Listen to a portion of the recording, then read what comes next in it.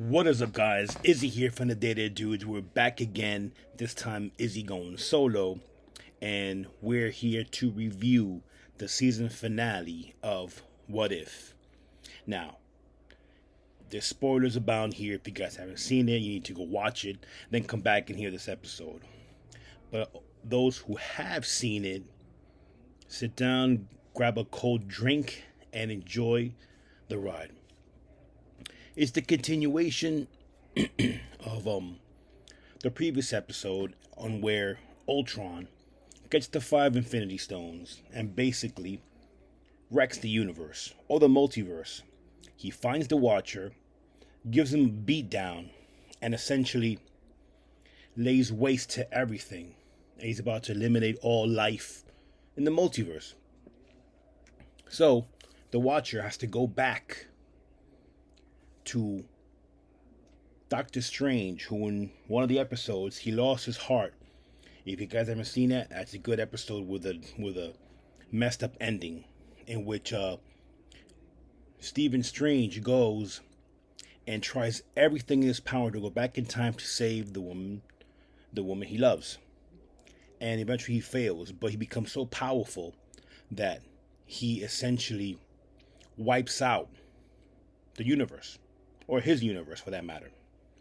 And he's stuck inside of like a little, force field of his own making or whatever, and he's there. So the Watcher has to go find him because he needs that kind of power, because Ultron is almost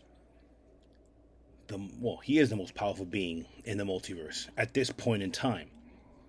So he goes and he unites all of the Guardians of the Multiverse. He starts off with Doctor Strange from that episode. So it's like, let's call him Nightmare Doctor Strange. He goes to Captain Carter, who from the first episode of What If, you have Agent Carter becomes Captain, gets the Super Soldier Serum, and becomes Captain Carter. Picks her up.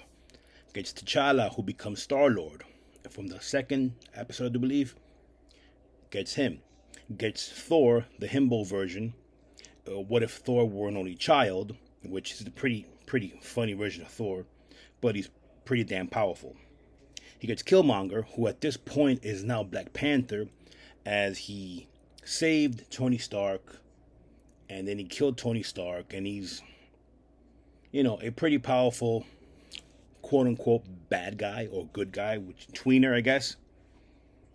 And he gets a Gamora, who in her universe killed Thanos. Super powerful. And then they go to battle. They unite them all together. And he's like, you know what?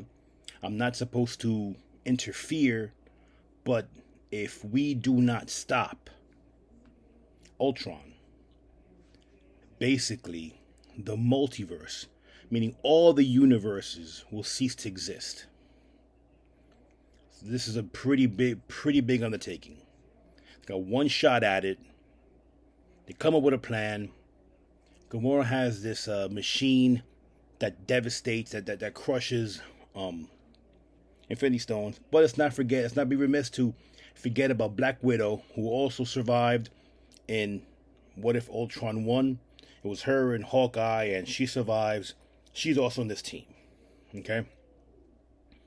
Now, coincidentally, Agent Carter and Black Widow in Agent Carter's universe, the besties. So, seeing her was like, whoa, They go to the planet where everybody was wiped out, which is Black Widow's planet. And there they get it on with Ultron. And Ultron has always been, I'm a fan of the comics. So Ultron has always been one of the most interesting villains, most powerful villains, and scary in a way because of his thought process, machinations on how he wants to wipe out all of, living beings, and, and just because we're flawed. And the fact that he has the Infinity Stones, he can basically do whatever he can think up. And he is an AI, the most intelligent, most advanced AI there is in the body of Vision with all the Infinity Stones. So, and he finally finds them because he sees a life signature, you know. So he goes and there's a huge battle. Now look, we all love Thanos, or at least we thought Thanos was the big bad. I don't think that Thanos was as big a bad as this Ultron with the Infinity Stones is. Okay, and I credit Marvel for having the cojones to actually produce this and make it canon.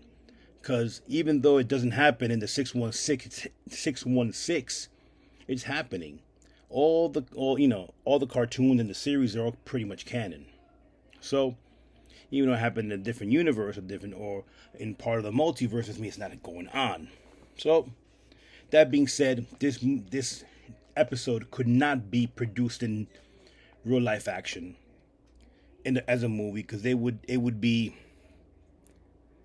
probably double the budget of Endgame, and it'd be, well, they get into a big throwdown, magic, destruction, mayhem.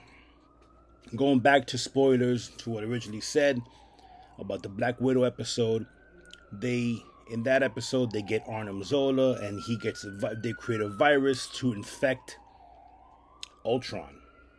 At the moment, it did not work because they affected one of many Ultron bots.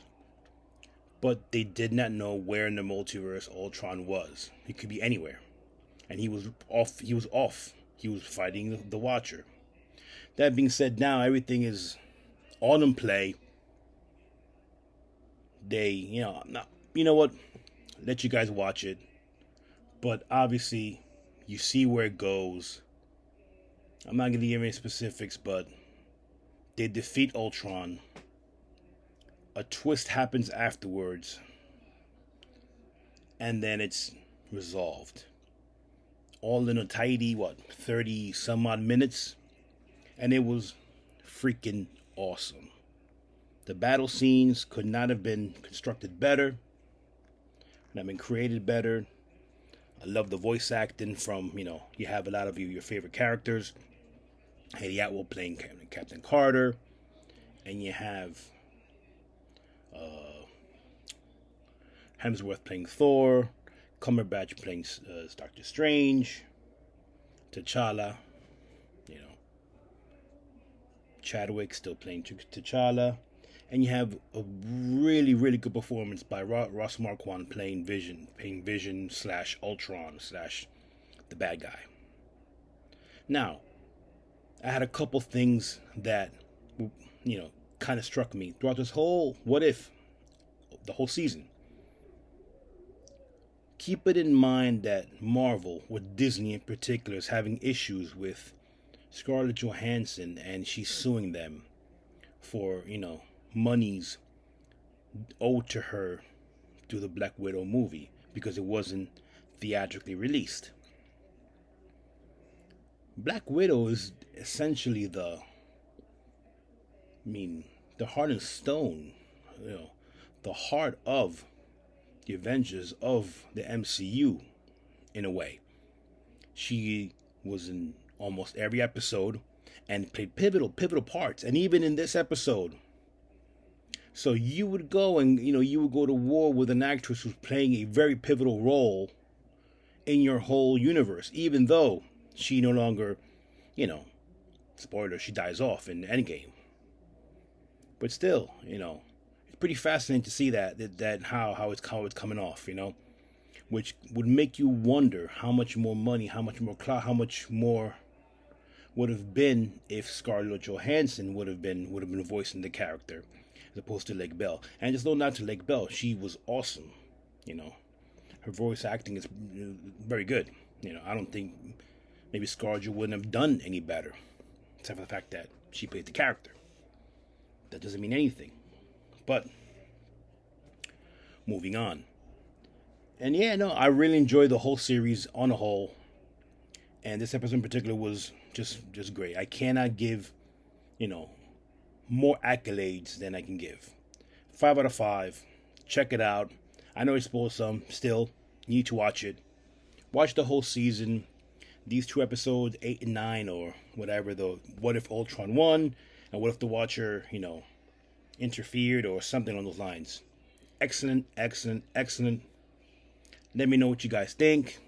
As usual, please like, comment, and subscribe to our channel. And listen to our podcast.